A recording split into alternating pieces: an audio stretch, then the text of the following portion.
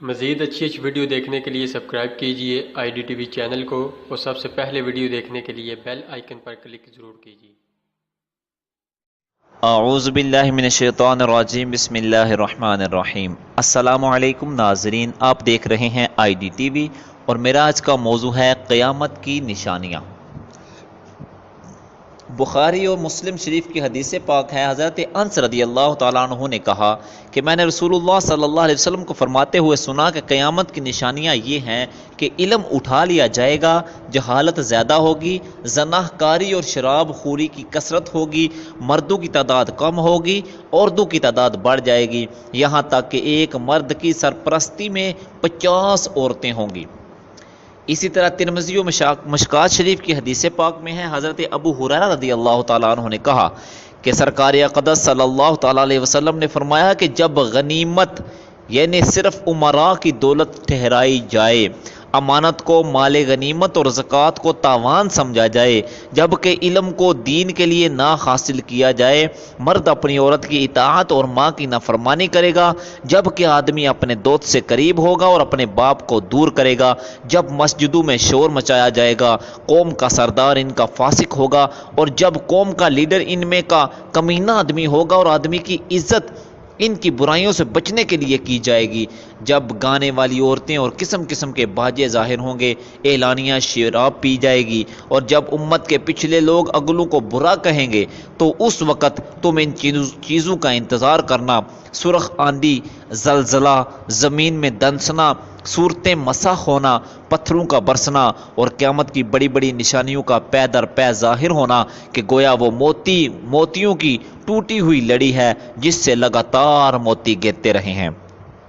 اسی طرح حضرت انس رضی اللہ تعالیٰ عنہ نے کہا کہ رسول اللہ صلی اللہ علیہ وسلم نے فرمایا کہ قیامت قائم نہ ہوگی جب تک کہ زمانہ ایک دوسرے کے قریب نہ ہوگا، یعنی زمانے کے حصے جلد جلد گزرنے لگیں گے، سال مہینہ کے برابر ہو جائے گا، مہینہ ہفتہ کے برابر ہو جائے گا، ہفتہ ایک دن کے برابر، اس وقت ایک دن ایک ساعت کے برابر ہوگا، اور ساعت آگ کا ایک شعلہ اٹھ کر ختم ہو جانے کے برابر ہوگی۔ اسی طرح حضرت حذیفہ بن اسید غفاری رضی اللہ تعالیٰ عنہ نے فرمایا کہ ہم لوگوں کی گفتگو پر حضور صلی اللہ علیہ وسلم مطلع ہوئے تو فرمایا: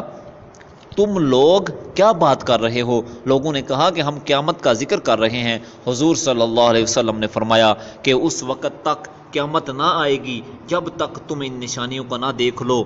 پھر ان نشانیوں کا ذکر کیا اور فرمایا: دعاں، دجال، دابت الارض، پچھم سے سورج کا نکلنا، عیسیٰ ابن مریم علیہ السلام کا نازل ہونا، یاجوج و ماجوج، 3 مقامات پر زمین کا دنسنا، ایک مشرق میں، دوسرے مغرب میں اور تیسرے جزیرہ عرب میں، اور ان کا 10واں وہ آگ ہے جو یمن سے نکلے گی اور لوگوں کو گھیر کر محشر یعنی ملک شام کی طرف لے جائے گی، اور ایک روایت میں ہے کہ وہ آگ عدن کے علاقہ سے نکلے گی اور لوگوں کو گھیر کر محشر کی طرف لے جائے گی، اور ایک روایت میں 10ویں نشانی ایک ہوا بیان کی گئی ہے جو لوگوں کو دریا میں پھینک دے گی۔ اور اسی طرح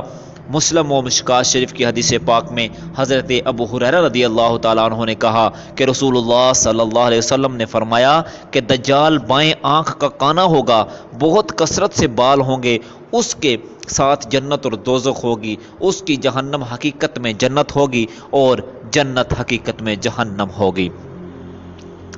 قیامت کی چند نشانیاں جو احادیث مذکور میں بیان کی گئی ہیں، ان میں سے کچھ ظاہر ہو چکی ہیں اور جو باقی ہیں وہ بھی ظاہر ہونے والی ہیں۔ دجال کا فتنہ بہت سخت ہوگا، وہ خدائی کا دعویٰ کرے گا، جو اس پر ایمان لائے گا اسے اپنی جنت میں جو حقیقت میں دوزخ ہوگی ڈالے گا، اور جو انکار کرے گا اسے دوزخ میں جو حقیقت میں جنت ہوگی اس میں ڈالے گا، مردے جلائے گا، زمین سے سبزہ اگائے گا اور آسمان سے پانی برسائے گا، اسی قسم کے بہت شعبدے دکھائے گا جو حقیقت میں سب جادو کے کرشمے ہوں گے۔ اس کی پیشانی پر کاف، فے اور را لکھا ہوگا یعنی کافر، جس کو ہر مسلمان پڑھے گا مگر کافر کو نظر نہ آئے گا۔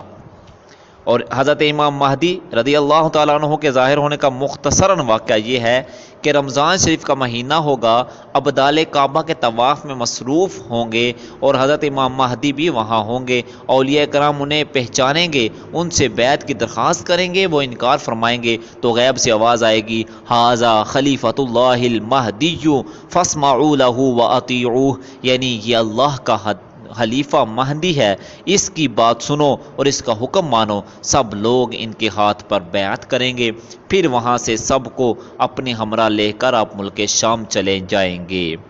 اللہ رب العزت جل جلالہ کی بارگاہ میں دعا ہے کہ اللہ رب العزت جل جلالہ ہمیں قیامت کی ان نشانیوں کو سمجھنے کی توفیق عطا فرمائے اور اس دور میں ہر اس برے کام سے بچنے کی توفیق عطا فرمائے جس میں اللہ اور اللہ کے رسول کی ناراضگی شامل ہے۔ اللہ رب العزت ہمیں اپنی حفاظت میں محفوظ فرمائے۔ وآخر دعوانا الحمدللہ رب العالمین۔